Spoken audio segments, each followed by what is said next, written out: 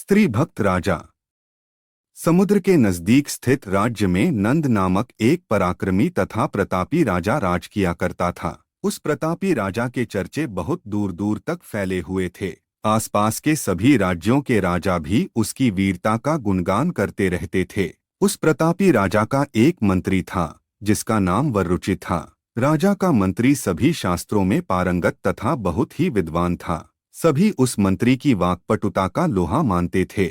जहाँ वररुचि बहुत ही विद्वान तथा शांत था, वहीं दूसरी तरफ उसकी पत्नी बहुत ही उग्र स्वभाव की थी। वह बात बात पर अपने पति से रूठ जाती और जब तक अपनी बात मनवा नहीं लेती थी तब तक वह नहीं मानती थी। आखिर एक दिन फिर से वह अपने पति वररुचि से रूठ गई।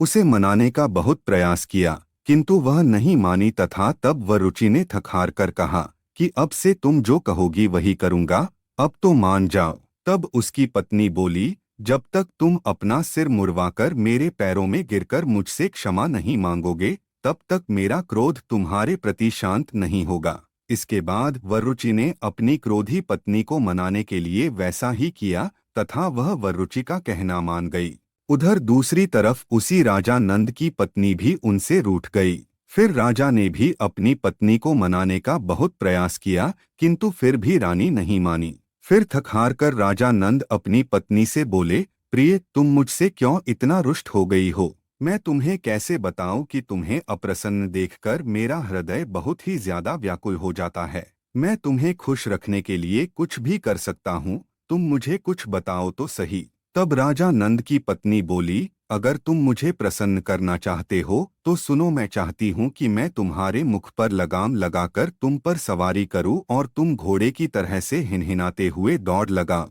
यदि तुम ऐसा कर सकते हो तो मैं खुश हो जाऊंगी। इसके बाद राजा ने भी अपनी पत्नी का कहना मान लिया और वह भी राजा नंद से प्रसन्न हो गई। जब दूसरे दिन जब प्रातःकाल वररुचि राज दरबार में आया तो उसका सिर मुड़ा हुआ था। राजा को अपने मंत्री वररुचि के घर की स्थिति पता थी। वे देखते ही समझ गए कि यह उसकी पत्नी को मनाने का ही परिणाम है। राजा अपने मंत्री वररुचि का मजाक उड़ाते हुए बोले, मंत्री जी, आपने किस पुण्यकाल में अपना सिर मुंडवाया है?